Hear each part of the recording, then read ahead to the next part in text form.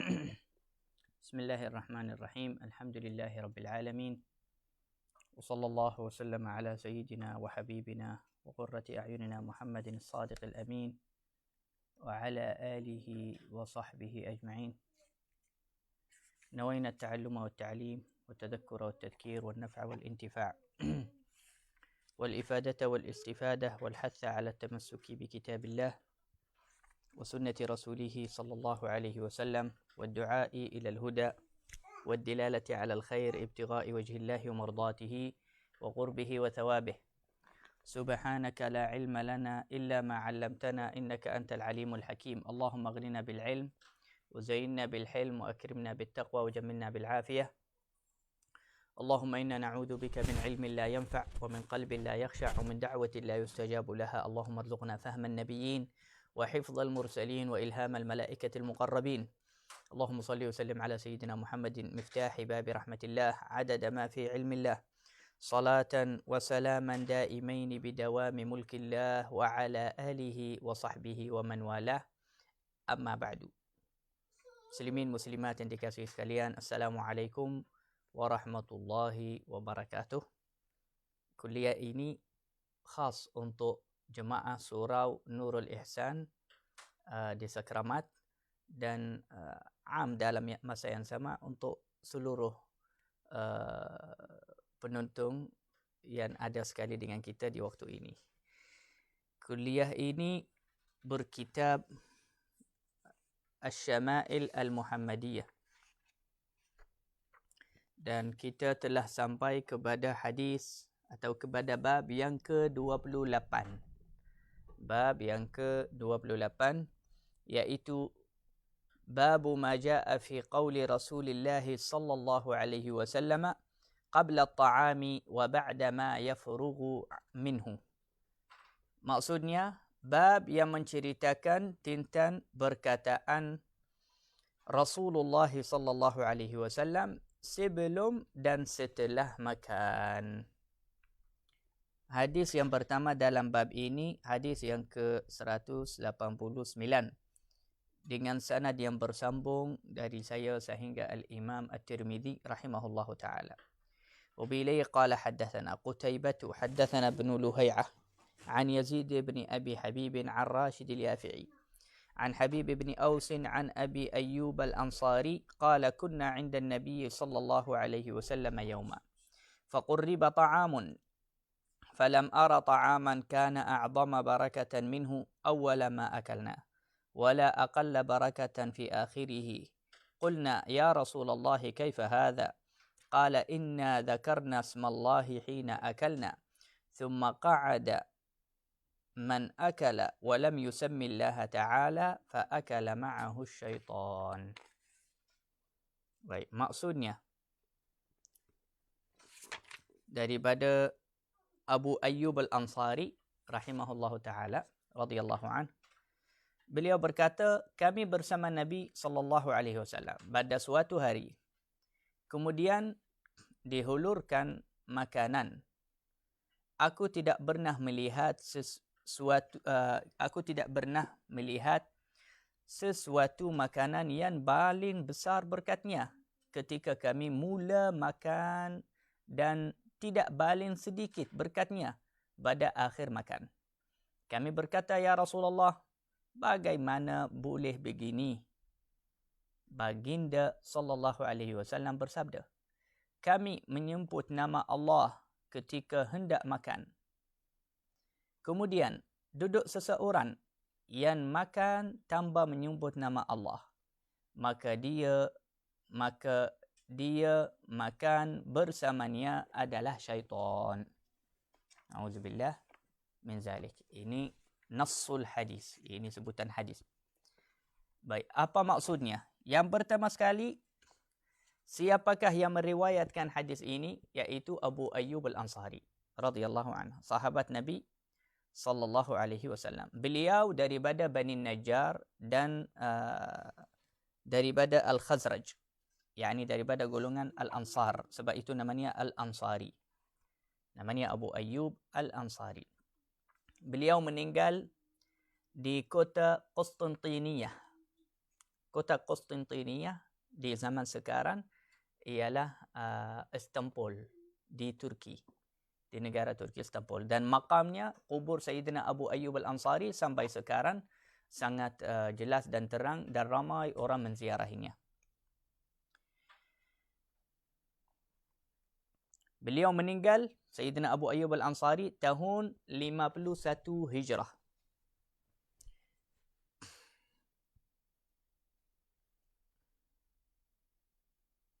Dan kubur dan makamnya sangat terkenal di Istanbul di Turki. Ulama berkata, "An-nasu yu'azzimunah." Manusia, orang Islam sangat mengagungkan kuburnya. Kuburnya ada berkat. Yastashfuna bihi fayashfun. Yastashfuna bihi fayashfun.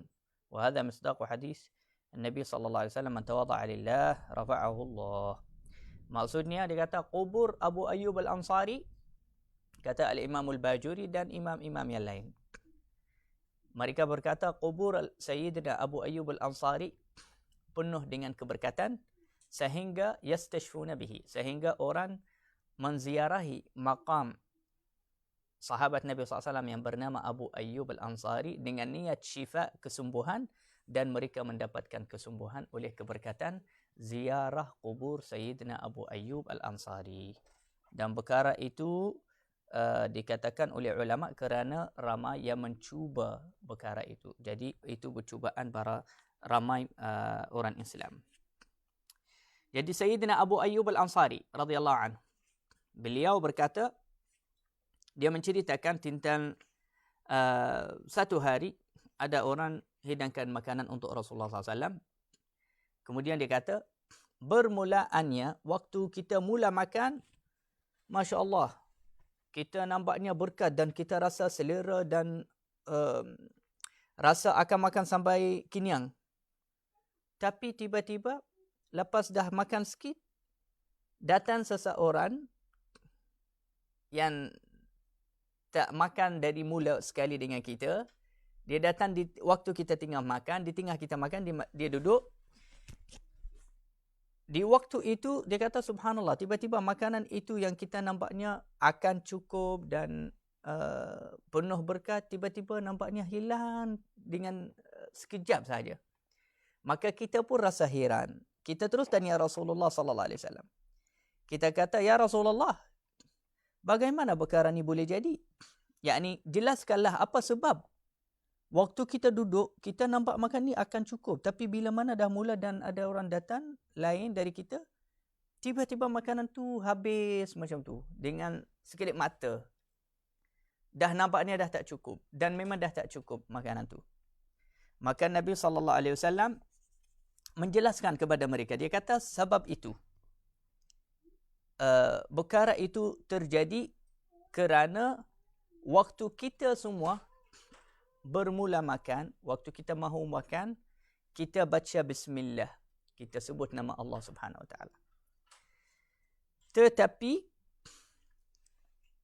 selepas kita dah mula makan, datang seseorang yang tidak menyebut nama Allah Subhanahu Wa Taala. Tidak menyebut nama Allah Subhanahu Wa Taala, maka syaitan datang bersamanya dan makan bersamanya. Kerana itu keberkatan diangkat oleh Allah atau hilang daripada makanan itu. Sebab apa? Sebab ada satu orang yang duduk bersama kita tidak membaca bismillah. Dan orang ini tidaklah dia duduk dari mula kita makan, bahkan dia datang lambat. Kalau dia duduk dari mula, jadi cukuplah kalau ada satu orang baca bismillah. Tetapi yang datang lambat itu, dia datang lepas mereka dah baca bismillah, lepas mereka dah makan. Baik, apa kata ulama tentang itu? فَبِسَبَبِ ذَلِكَ كَثُرَتِ الْبَرَكَةِ فِي أَوَّلِ أَكْلِنَا. Maksudnya Nabi SAW kata, yakni seolah-olah Nabi SAW kata, oleh sebab kita membaca bismillah waktu bermula makan, sebab itu keberkatan ada banyak keberkatan di dalam makanan kita. Juga Nabi SAW kata, dia kata kita sebut nama Allah. Jadi ulama kata, apakah yang disunahkan waktu bermula makan? Adakah sunnah kita membaca bismillah sahaja cukup?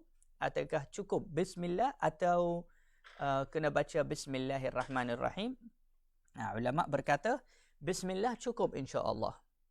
Kalau sebut bismillah waktu bermula makan itu cukup insya-Allah. Tetapi kalau ingin menyebutkan yang lebih sempurna kena sebutkan Ar-Rahman Ar-Rahim.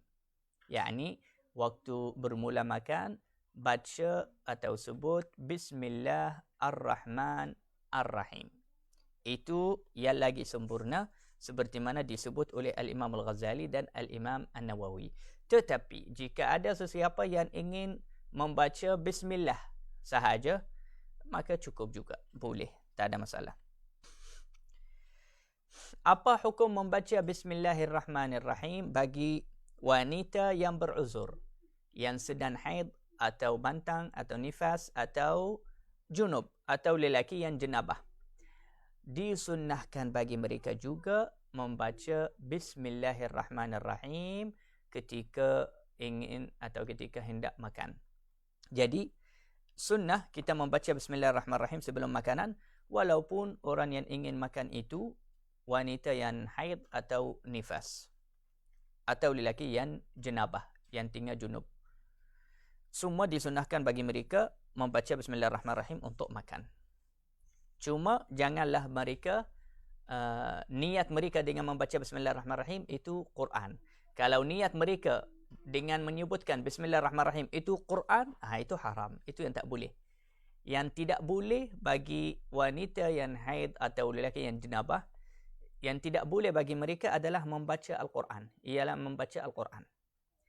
Tetapi jika membaca zikir yang diminta setiap hari, zikir masuk tanda, zikir melindungikan diri, zikir makan, doa selepas makan, itu semua disunnahkan, tidak ada masalah. Itu semua disunnahkan walaupun wanita itu sedang uzur.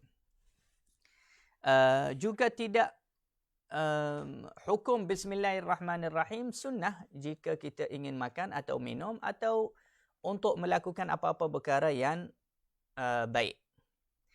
Dan hukum membaca bismillahirrahmanirrahim boleh menjadi haram bila sebelum melakukan perkara yang haram. Contohnya, kalau ada orang ingin meminum arak, tapi dia nak baca bismillahirrahmanirrahim. Jadi kita kata kepadanya, sekarang haram. Kalau kamu baca bismillahirrahmanirrahim, dapat 2 dosa. Dosa yang pertama, minum arak. Dosa yang kedua, sebab baca bismillahirrahmanirrahim atas minuman haram. Begitu juga apa-apa perbuatan atau perkataan yang haram. Jika ada orang ingin mengumpat, dia baca bismillahirrahmanirrahim, lepas tu mengumpat, dosa. Jadi tidak boleh membaca bismillahirrahmanirrahim sebelum melakukan benda yang haram. Hukumnya haram, walaupun itu bismillahirrahmanirrahim. Macam tu juga makruh. Bila jadi makruh bismillahirrahmanirrahim, iaitu jika ingin melakukan perkara yang hukumnya makruh. Jika ingin melakukan satu perkara yang hukumnya makruh, maka makruhlah kita menyebutkan bismillahirrahmanirrahim. Wahakala. Lepas tu ulama menerangkan, Al-Imam Al-Bajuri menerangkan kenapakah di hujung makanan itu ketika sahabat makan dengan Nabi tiba-tiba hilangnya keberkatan. Di permulaan makanan, Masya Allah, nampak makanan itu berkat. Tetapi di hujung makanan itu tiba-tiba makanan itu tidak berkat. Hilang, tiba-tiba dah tidak cukup lagi. Okey, ulama menjelaskan perkara itu. Nabi SAW kata, sebabnya kerana ada seseorang yang datang makan sekali dengan kita dan tidak menyebutkan nama Allah. Yakni tidak membaca bismillah. Okey, sebab apa? Dia kata, Nabi SAW kata, akala syaitanu ma'ah, atau akala ma'ahu syaitan. Syaitan makan bersamanya. Jadi ulama kata, bincang bagaimana sekarang syaitan makan bersama orang yang tidak menyebutkan nama Allah sebelum makan. Adakah itu kenyataan? Adakah itu dengan hakikat? Adakah syaitan betul-betul makan bersama orang yang tidak menyebutkan nama Allah? Atau itu sahaja ada maksud lain? Ada para ulama yang paling ramai, ulama yang lagi banyak, yang jumhur ulama, salafan wa khalafan. Salafus salih, ulama yang dahulu dan ulama yang setelah mereka, mereka semua menyatakan syaitan makan dengan betul-betul, yakni betul-betul syaitan makan bersama orang yang tidak menyebutkan nama Allah. Kerana perkara itu tidak mustahil di dalam syariat, juga tidak mustahil dalam akal. Syaitan makhluk seperti kita. Dia juga perlu makanan. Jadi orang yang makan tidak menyebutkan nama Allah Subhanahu wa taala dengan kenyataan, dengan hakikat, dengan betul-betul, syaitan makan bersamanya. Kerana itu makanan tidak cukup, atau kerana itu keberkatan akan hilang daripada makanan itu. Tapi bagaimana kalau ada jemaah macam biasa kita sekarang, ahli keluarga, mereka berkumpul nak makan sama-sama di rumah, mereka berkumpul di meja sama-sama, atau jemaah surau lepas habis kuliah, habis majlis, mereka duduk sama-sama atas meja, atau dekat halaqah mereka buat bulatan, mereka nak makan bersama-sama. Kadang-kadang ada satu orang sahaja dari mereka yang membaca bismillah dan doa. Mereka minta darinya baca doa untuk supaya mereka semua makan. Jadi satu orang saja yang baca doa, bismillahirrahmanirrahim, Allahumma barik lana fima razaqtana wa qina warzuqna khairan minhu waj'alhu 'aunan lana 'ala ta'atika ya rabbal alamin. Jadi dibaca doa. Yang lain kadang-kadang tak baca doa, atau kadang-kadang tak baca bismillah langsung. Jadi satu orang sahaja dalam bulatan tu yang membaca bismillah dan doa. Bagaimana itu? Bagaimana hukum itu? Itu cukup atau tidak? Adakah kalau satu sahaja yang membaca doa dan bismillah dalam bulatan itu, yang lain akan syaitan makan bersama mereka, atau satu itu cukup untuk menghilangkan dan melindungikan makanan semua? Baik, Al-Imam Syafi'i, imam kita Imam Syafi'i berkata, "Lau samma wahidun fi jama'ah." Sekiranya ada jemaah ingin bermakan sama-sama, kemudian seorang dari mereka membaca bismillah untuk mereka makan. Ya'kuluna kafa. Kafa yakni cukup. Cukup satu membaca bismillah untuk semua. Wasaqata at-talabu 'anil kull. Dan arahan yang meminta dari mereka membaca bismillah jatuh, yakni tidak perlulah mereka membaca bismillah. Satu cukup insya-Allah. Walaupun yang lebih sempurna setiap satu kena baca bismillah. Itu lebih sempurna. Cuma kita nak tahu perkara itu, yakni kalau satu yang membaca bismillah tu cukup atau tidak? Cukuplah. Al-Imam Syafi'i rahimahullah, beliau berkata itu cukup. Tetapi ini yang kita perlu memperhatikan kepadanya. Tetapi jika mereka makan sama-sama, mula sama-sama, dan tidak ada yang datang lambat duduk bersama mereka makan. Sekiranya ada satu orang yang datang lambat, tak sempat dengar bismillah daripada orang yang membaca doa itu, maka dia kena baca bismillah. Ini kena minta darinya baca bismillah. Yang duduk dari mula duduk makan, itu tak perlu kita minta mereka baca bismillah lagi. Tetapi kalau ada orang datang lambat, duduk di dalam bulatan tu, nak makan sekali dengan mereka, kita kata kepadanya baca bismillah, atau syaitan akan makan bersamanya, dan sebab orang itu akan kehilangan keberkatan daripada makanan kita. Jadi kalau kita nak jaga makanan kita daripada syaitan, kita kena minta daripada orang yang sampai lambat kepada makanan kita, kepada jemaah kita, kepada bulatan kita itu, kita kena minta darinya baca bismillah. Jadi maksud Imam Syafi'i, kalau mereka duduk sama dari mula, satu orang dari mereka baca bismillah, kemudian mereka makan sampai habis, tak ada siapa-siapa datang lambat kepada mereka. Itu yang dimaksudkan oleh Al-Imam Syafi'i. La ilaha illallah Muhammadur Rasulullah sallallahu alaihi wasallam. Baik.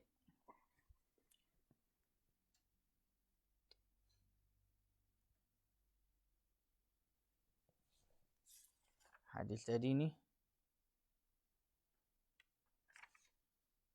hadis yang kedua dalam bab ini.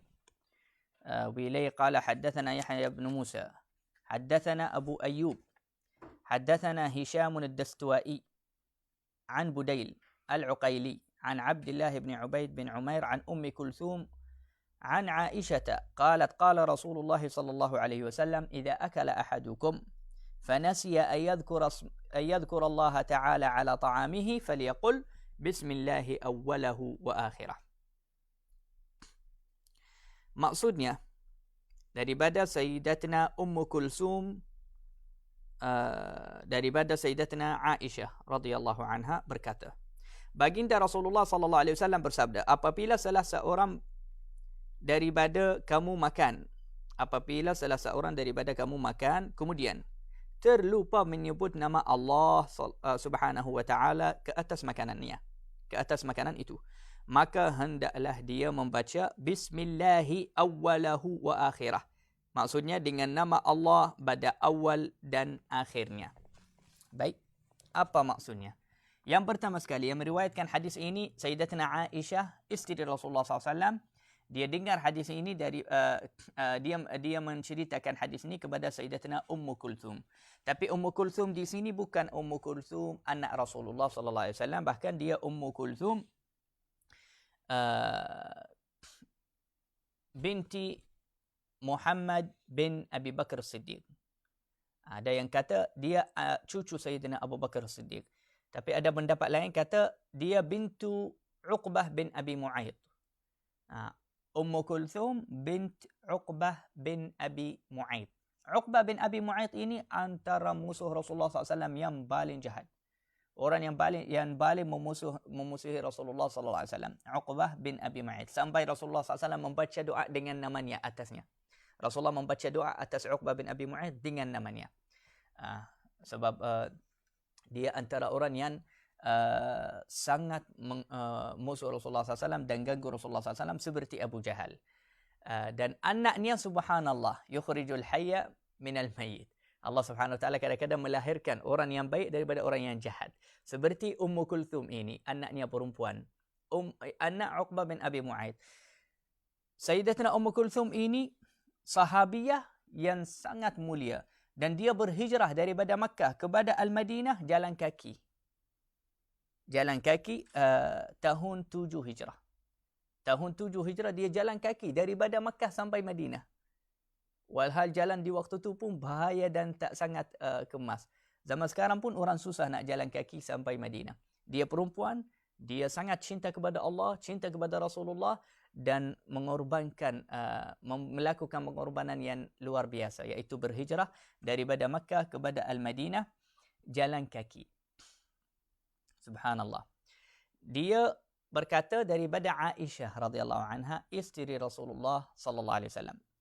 Rasulullah bersabda, barang siapa yang lupa menyebut nama Allah di awal makan, waktu ingin makan, maka hendaklah dia setelah habis makan, lepas dia mengingat yang dia tak baca bismillah, sunnah dia baca bismillahi awwalahu wa akhirah. Yani dengan nama Allah Subhanahu wa taala di awal dan dengan nama Allah Subhanahu wa taala dengan nama Allah pada awal dan akhirnya, yakni awal dan akhir makanan. Baik. Di sini Nabi SAW kata fanasiya, barang siapa yang lupa. Jadi siapa-siapa yang lupa baca bismillah sebelum makan, dia sempat membaca bismillah di hujung makanan, di akhir makanan, atau bila-bila dia ingat. Kalau dia ingat di tengah makanan, dibaca bismillah. Dia dapat juga bahala sunnah, bahala mengikuti sunnah Rasulullah, juga bahala juga dilindungikan dirinya dan makanannya daripada syaitan. Jadi dan Nabi SAW kata awal dan akhirnya. Adakah itu maksudnya awal dan akhir hanya awal dan akhir yang dilindungi? oleh Allah daripada syaitan.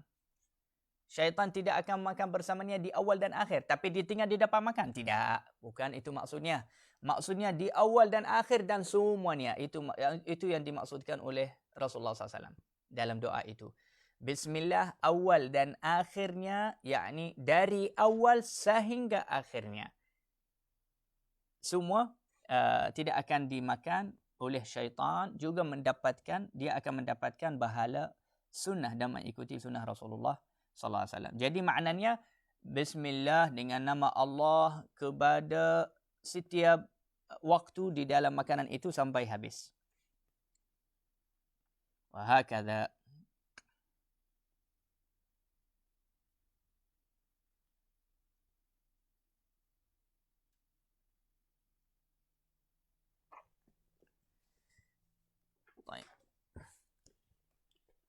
Di sini ulama menyebutkan faedah perkara itu. Kalau sekiranya orang menyebutkan nama Allah Subhanahu wa taala di hujung makanan, maka apakah faedahnya? Adakah perkara itu membawa faedah atau tidak?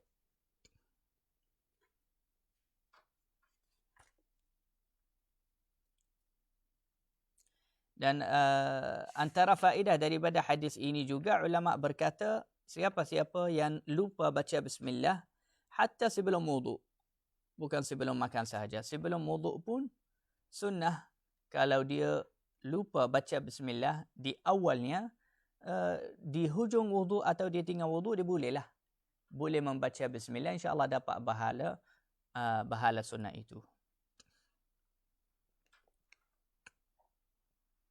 La ilaha illallah. Baik, apakah faedah membaca bismillah dengan nama Allah di awal dan akhirnya? Padahal kalau dia mula tak baca bismillah, pastilah syaitan dah makan bersamanya.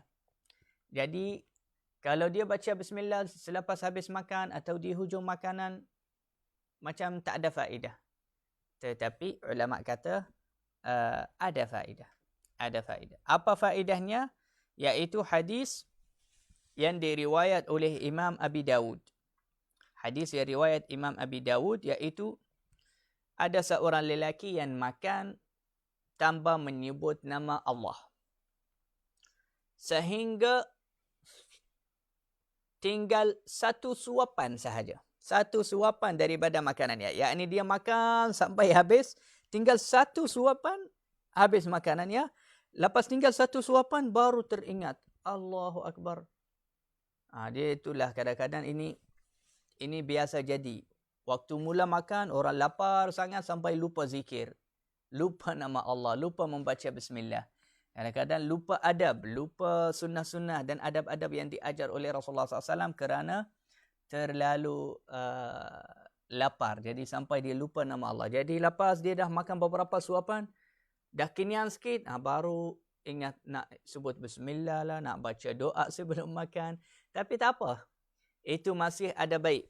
Dan masih ada ajaran juga yang boleh kita tidak terlepas juga daripada perlindungan daripada Allah dan mendapatkan pahala sunnah dan mengikuti Rasulullah sallallahu alaihi wasallam. Jadi, lelaki ini dalam hadis riwayat Abi Dawud, lelaki ini dia dapat Rasulullah SAW dimakan.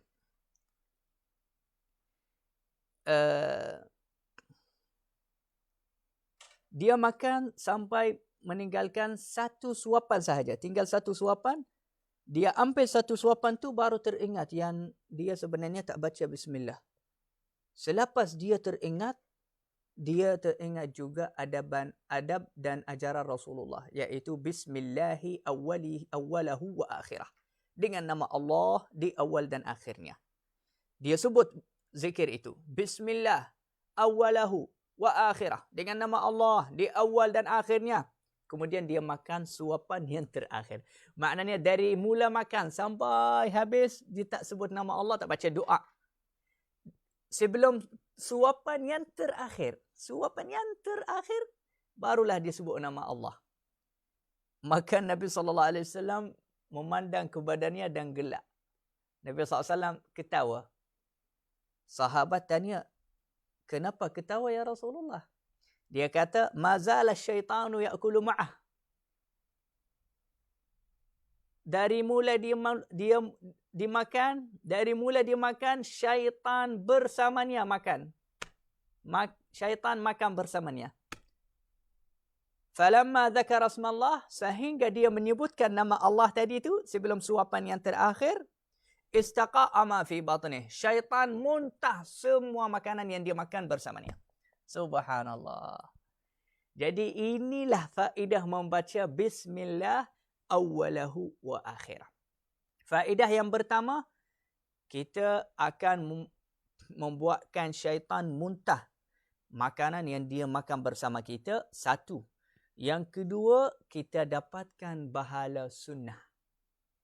Kita akan mendapatkan pahala sunnah. Kita dikira, kita ditulis di sisi Allah, makanan ini kita makan dengan adab, kita makan dengan membaca doa dan ikut sunnah Rasulullah sallallahu alaihi wasallam. Moga-moga insya-Allah Allah Subhanahu wa taala menjadikan kita antara umat Rasulullah sallallahu alaihi wasallam yang sentiasa menjaga sunnah Rasulullah sallallahu alaihi wasallam dan beramal dan menghayatikan sunnah Nabi sallallahu alaihi wasallam di dalam diri kita, keluarga kita, hidup kita, sentiasa perbuatan dan amalan kita, perkataan kita semuanya mengikuti Nabi Muhammad sallallahu alaihi wasallam, kerana Rasulullah adalah al-qudwatul uzma atau al-qudwatul hasanah lana. Rasulullah SAW adalah qudwah yang paling tinggi, contoh yang paling besar, yang paling agung, yang paling hebat, yang paling penting dalam hidup kita adalah Rasulullah. Perbuatan Rasulullah, perkataan Rasulullah, cara Rasulullah SAW hidup, itu adalah contoh baik untuk kita. Itu adalah qudwah kita. Kita kena makan dengan cara sunnah, minum dengan cara sunnah, tidur dengan cara sunnah, masuk rumah dengan cara sunnah, keluar dari rumah dengan cara sunnah, sehinggalah amalan kita, badan kita, zahir dan batin kita, dan segala sesuatu di dalam hidup kita ini penuh dengan cahaya. Kita mengikuti Rasulullah. Rasulullah imam kita. Kita mengikuti Rasulullah sallallahu alaihi wasallam di dalam segala-galanya, di dalam segala perbuatan dan amalan kita, sehingga kita menjadi Muhammadi, kita menjadi seperti Rasulullah sallallahu alaihi wasallam. Siapa-siapa sehingga kalau sekiranya ada seorang sahabat melihat kita, dia akan kata subhanallah, perbuatan kamu seperti Rasulullah. Jadi kita kena sentiasa ikutlah Nabi SAW. Bersungguh-sungguh, usaha. Jangan sebutkan kecuali yang disebut oleh Rasulullah. Jaga doa yang diajar oleh Rasulullah. Jaga adab yang diajar oleh Rasulullah. Sehingga hidup kita penuh dengan sunnah dan adab. Dan kita ditulis di sisi Allah Subhanahu Wa Taala antara umat Islam yang menghidupkan sunnah Rasulullah SAW, khususnya di zaman sunnah Rasulullah SAW sudah mati atau sudah ditinggalkan. Moga-moga Allah Subhanahu Wa Taala memandang kita kepada kita dengan pandangan rahmah dan menjadikan kita antara hamba-Nya yang mulia, yang saleh, yang istiqamah. Lindunikanlah kita ya Allah, lindunikanlah akidah kita, lindunikanlah iman kita, lindunikanlah anak kita, harta kita dan zahir dan batin kita daripada fitnah syaitan dan fitnah zaman dan fitnah zahir dan batin dunia dan akhirat. Amin amin ya rabbal alamin. Sallallahu alaihi wasallam ala sayyidina Muhammad wa ala alihi washabbihi ajma'in walhamdulillahi rabbil alamin. Assalamualaikum warahmatullahi wabarakatuh.